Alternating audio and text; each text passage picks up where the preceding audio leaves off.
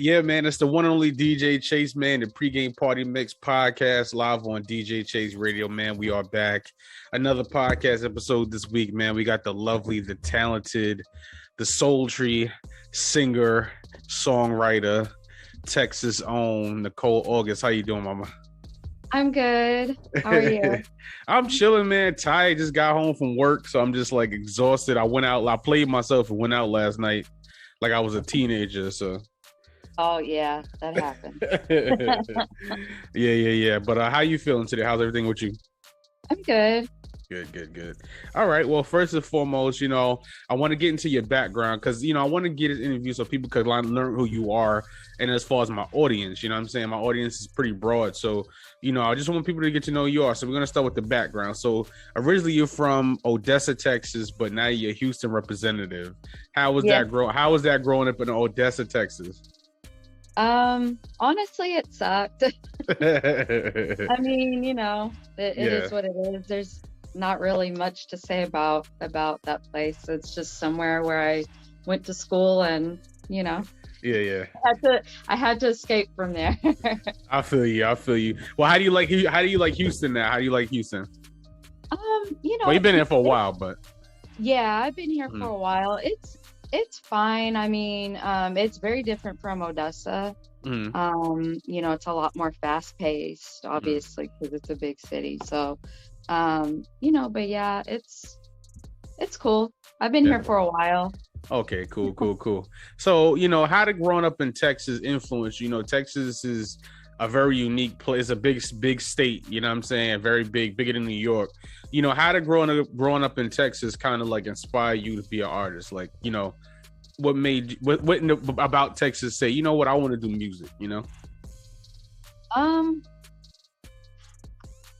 Honestly, I can't really say that Texas actually influenced me. I mean, there are, some really great artists here in Texas, like, of course, Beyonce, she's from Houston. Yeah, I was gonna say Houston. Yeah. Yeah. So, I mean, of course, she's a very big influence. But I'd probably say, like, because I didn't always live in Texas. I lived in Virginia for a little bit.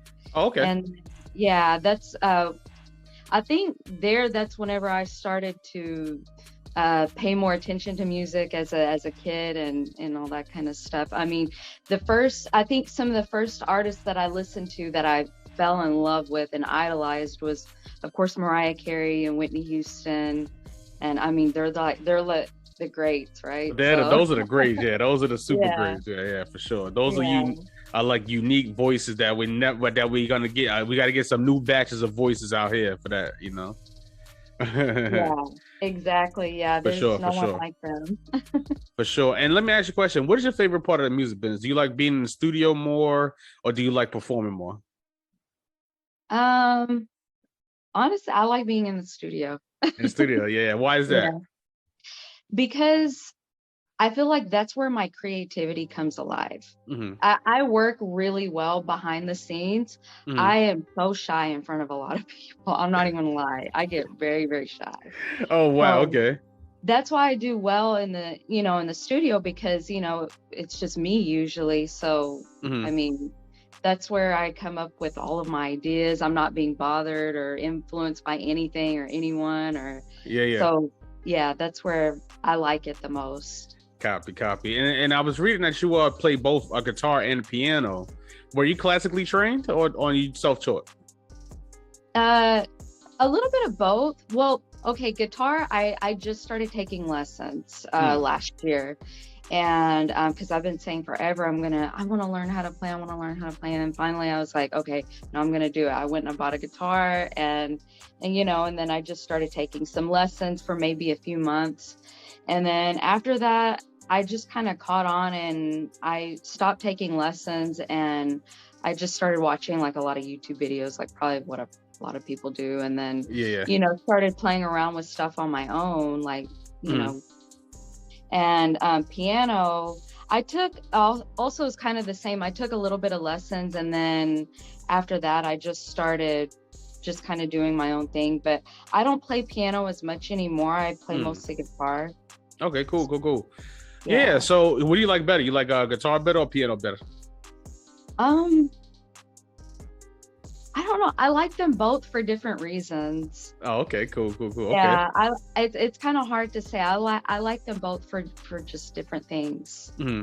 Yeah. Yeah, for sure. And Texas is a really big market, especially like with at least from the urban scene as well too. Like Texas, you guys got South by Southwest and Austin and stuff like that. What like do you find it easier to perform in a big market like that? Do you find it like easy to get shows out in Texas, or do you find it like like you kind of run into a little gamut of getting like music work in the Houston area?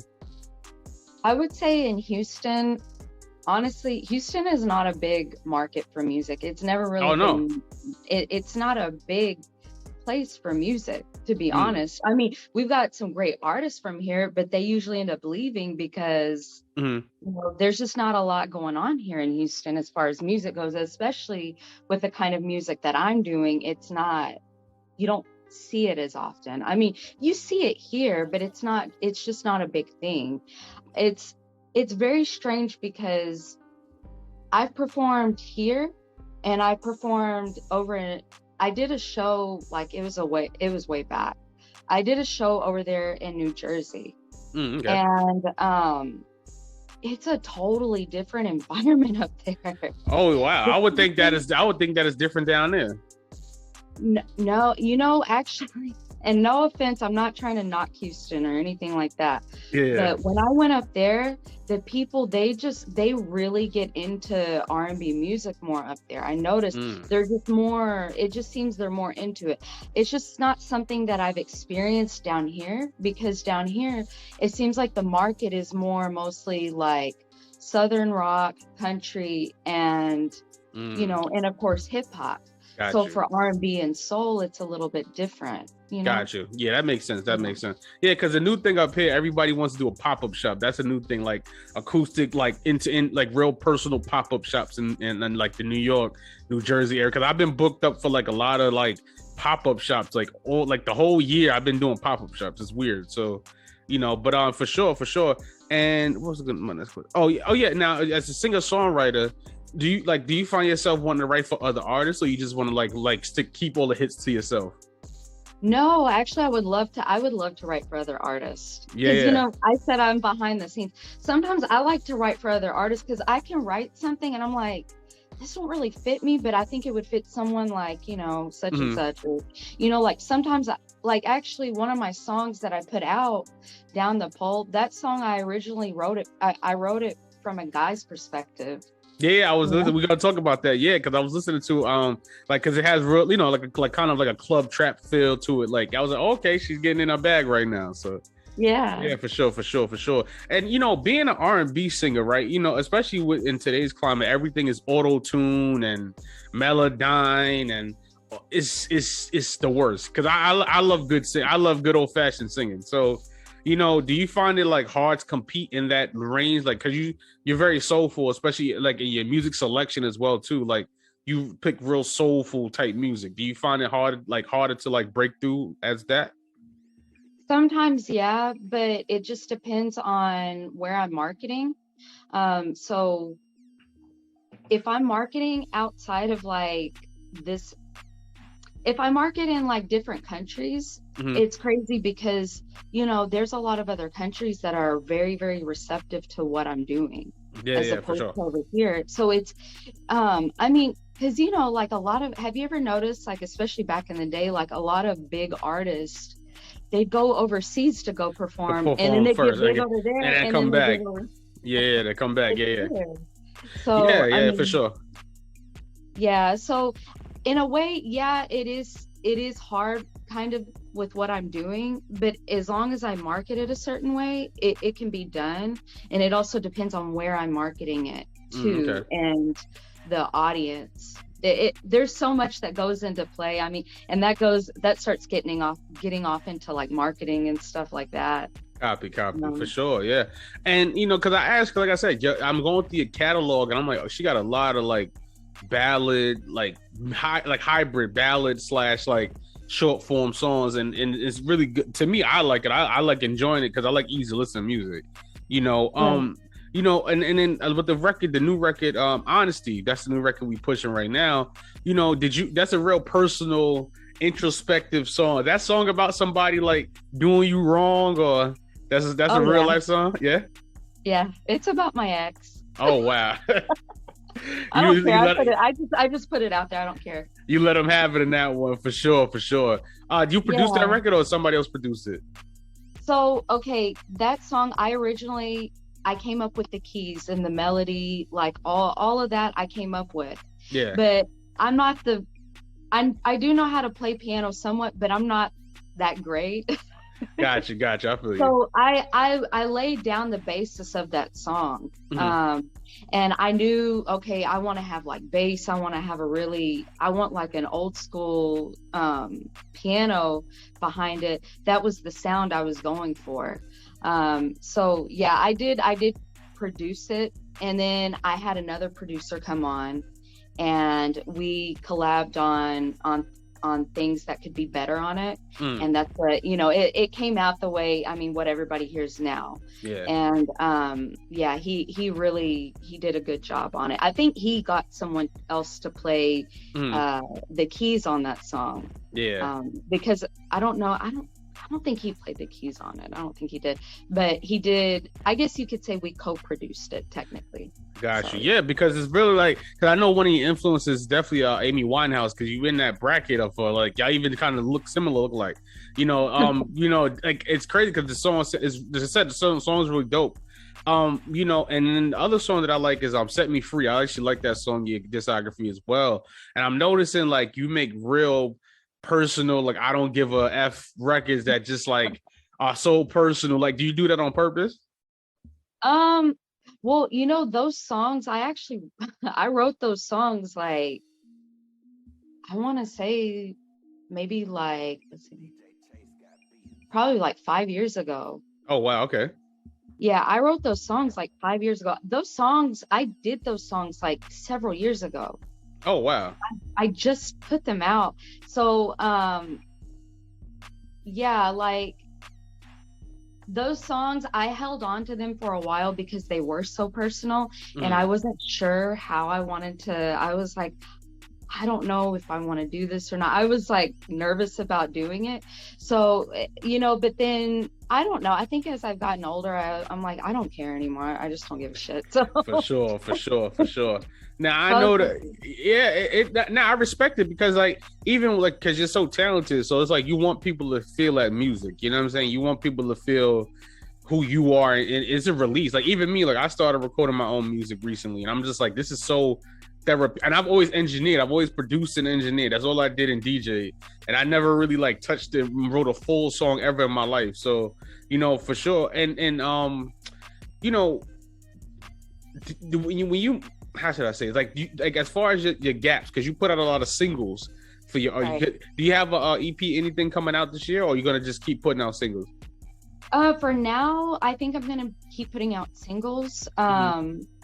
Just because the way the business is now, it seems like when you're releasing singles on Spotify and you do it more often, it picks up. It keeps people, it makes more and more people pay attention. It has something to do with their algorithm also. There's something about the algorithm on Spotify, the way it gets triggered when you consistently release a new song, it's like it starts to, you know, I guess they like it. They favor that. That's so cool. You know, and plus, you know, people are more inclined to pay attention. So, you know, like, of course, albums, it takes a lot more work to put albums out. And when you release that, you're releasing it as like a whole. And then it's like, I don't know. I just say for now, it's good to put out singles. I don't know. It's crazy because it's like, that's the way the music business is kind of like, that's what it's coming into. Yeah, for sure. And that's what I do. Like even me, like I have my own independent label, and I just was like, even because I was working with an artist maybe 4 years ago, And I just started noticing, I'm like, why is nobody just doing singles? And then after I started doing it, it was like, because it was more affordable doing just singles. So I was like, you know what? I could either, Right. that's the number one thing too. It was just more affordable just to put out a song and you can reach more. And plus I'm a DJ, so I'm a little biased to the single bass sound of like artists putting out singles and stuff too, you know? Yeah. Now do you, let me ask you, are you ever going to try to ever get a deal, or are you going to like stay independent? I like being independent. For sure. Yeah. Yeah. I like having control over what I do. Mm-hmm. And I mean, like right now, I mean, I fund everything myself. But I'm doing other musical things that, help bring in the money to, so Mm-hmm. I can continue to do this. So, I feel like if I can continue to keep doing what I'm doing and eventually start to see my return, Mm-hmm. uh, what's the point of signing? you Same know, here. Same here for sure. I think that's the way things are starting to become, just Mm-hmm. because I don't know. I feel like many labels have become obsolete because, artists can do so many things themselves now. Yeah. And And it's, especially with them taking so much cut, because they getting such a bad rap. You know what I'm saying? Even like with you, like yeah, pitching, even like pitching to me as a playlist artist. You know what I'm saying? I just was like intrigued. I was like, okay, let me just network with you, and we could do this online and network and connect on just from online. You know what I'm saying? So I agree with that. yeah. Yeah. Mm-hmm. And how do you balance your work life balance? I know you have a son that you like love very much and very dearly. Like, how do you balance the work life balance between the crazy schedule of music and your personal life? Well, actually, I'm not even working right now. Oh, okay. I'm not to get like too personal, but I'm on medical leave. So Oh, okay. it's nice because it's given me a lot of downtime to like Mm-hmm. throw a lot of myself into this. Yeah. And to be honest, it's making me rethink a lot of things. Yeah. So because before, actually, that's why there was such a huge gap in between me putting out music, because where I was working at, I Mm-hmm. work, it's nothing for me to work like 60, 70 hours a week. Damn. Yeah. Yeah. And it's like working days and nights. So That's too it, much. yeah, it made it damn near impossible. And the days that I did have off, it was like I had, Mm-hmm. like no time for anything, not even for myself. All I want to do is sleep. So, it's kind of nice. I mean, yeah, I am on medical leave, but I like, rolled. I it was on is it last nice. year, so. It is nice, in Yeah. hindsight, it's nice that I can use this time to, get as much done as I can. Nah, I feel you. Like, do you self record too, or do you engineer yourself? Yeah, you do engineer yourself. I was looking on your Instagram. I was like, oh, she in the studio working. So, Yeah. for sure. And my last question before we get out of here is, do you like, what is one goal that you want to accomplish this year with your music? Um, let's see. I'm definitely putting out more music. Sure, My let's get goal is that. to put out, for this year, my goal is to at least put out, I want to say like 3 more songs. Mm. And I already have some of those songs slated. Like I already have another song coming out in April, which I haven't even talked about that, but like Yeah, I for haven't sure. even announced that. But yeah, I'm putting that song out in April. And that's going to be a totally different dynamic. But I think for me, of course, my goal is to put out more music this year. I want to hit at least 1,000 followers on Spotify. Let's get That's you what can I'm do it. trying to We hit. gonna we Yeah. gonna get you there. We get you. That's easy to do. We get you there. And then before I forget too, are you gonna do a video? I can't remember. No, you didn't have a video for Honesty, right? No. I did it. It was like a visualizer. Visual, yeah, yeah, yeah. Yeah, it was kind of more like a visualizer. Yeah, I wish I could do a music video for Honesty. If the budget would allow for it, I would Yeah, do it. But right now, I have all these other songs coming out. So right now, like my priority is marketing and putting these songs out. for So, sure. And you're doing once it. I You're get, doing it the right way. yeah, Mhm. once I get the following for it, it makes sense to, you know, do like a really badass music video. Who knows? I mean, who knows, maybe 2 years from now, put out a music video. I mean, hey, anything can happen now with the way music is. Yeah, for sure. It was new to you. It was old to you. It was new to somebody else. So that's the worst of it. Now, and before we get out of here, do you got any performances coming up? Or are you just chilling right now?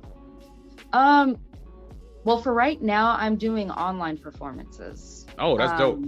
Yeah. Actually, I have an online performance this Saturday, and then I have 2 next week. And I'm doing like online streaming, so that's kind of helped also meet some new people. But as far as like in-person performance, I don't have anything scheduled. I know COVID kind of made it weird for everyone, so yeah, it's weird. I haven't even gotten out and tried to talk to any people about doing live performances.